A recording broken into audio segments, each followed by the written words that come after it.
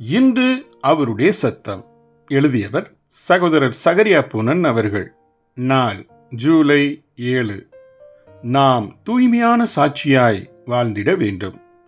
சூரியன் உதிக்கிற திசை தொடங்கி அது அஸ்தமிக்கிற திசை வரைக்கும் எல்லா இடங்களிலும் என் நாமத்திற்கு தூபமும் சுத்தமான காணிக்கையும் செலுத்தப்படும் என மல்கியா 1 வசனத்திலே வாசிக்கிறோம். தரமும் தூய்மையுமே அல்லாமல் அளவும் எண்ணிக்கையும் தேவனுக்கு ஒருபோதும் பொருட்டல்ல. அளவு மனிதனை கவர்ச்சிக்கலாம், ஆனால் தேவனோ அப்படி இல்லை. சிருஷ்டிப்பு நமக்கு போதிக்கும் சத்தியமும் இதுதான். பூமியானது சிறிய கோளங்களில் ஒன்றாகவும் ஆகாய விரிவிலுள்ள நட்சத்திரங்களை ஒப்பிடும்போது கடுகு போன்ற சிறிய அளவிலேயே பூமி இருக்கிறது.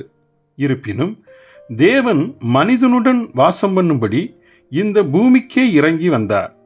இன்றும் உலகமெங்கும் உள்ள கிறிஸ்தவர்கள் தாவீது செய்ததைப் போல தொகையிட்டு எண்ணி பார்த்து அளவிலும் எண்ணிக்கையிலும் திருப்தி கொள்கிறார்கள்.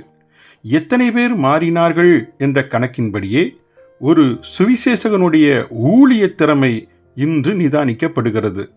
சபை மக்களின் அதிக எண்ணிக்கை, வரவு செலவு போன்ற அடிப்படையின் பேரிலேயே ஒரு சபையின் வளர்ச்சியும் இன்று கணிக்கப்படுகிறது. நாம் முதலில் வாசித்த வசனத்தில் மல்கியாவின் மூலமாக தன் இருதய வாஞ்சையை தேவன் வெளிப்படுத்தியதை பார்க்கிறோம்.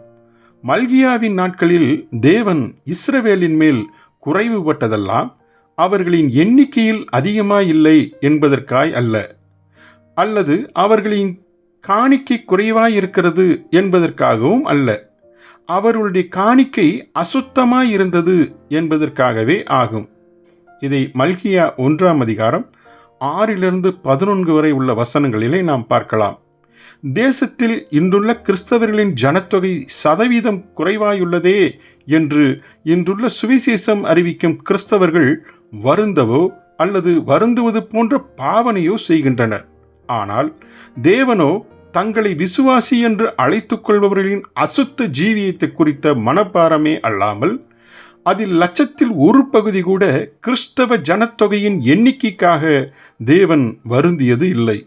பூமியின் எல்லா இடங்களிலும் தேவன் விரும்புவதெல்லாம் சுத்தமான காணிக்கையே ஆகும்.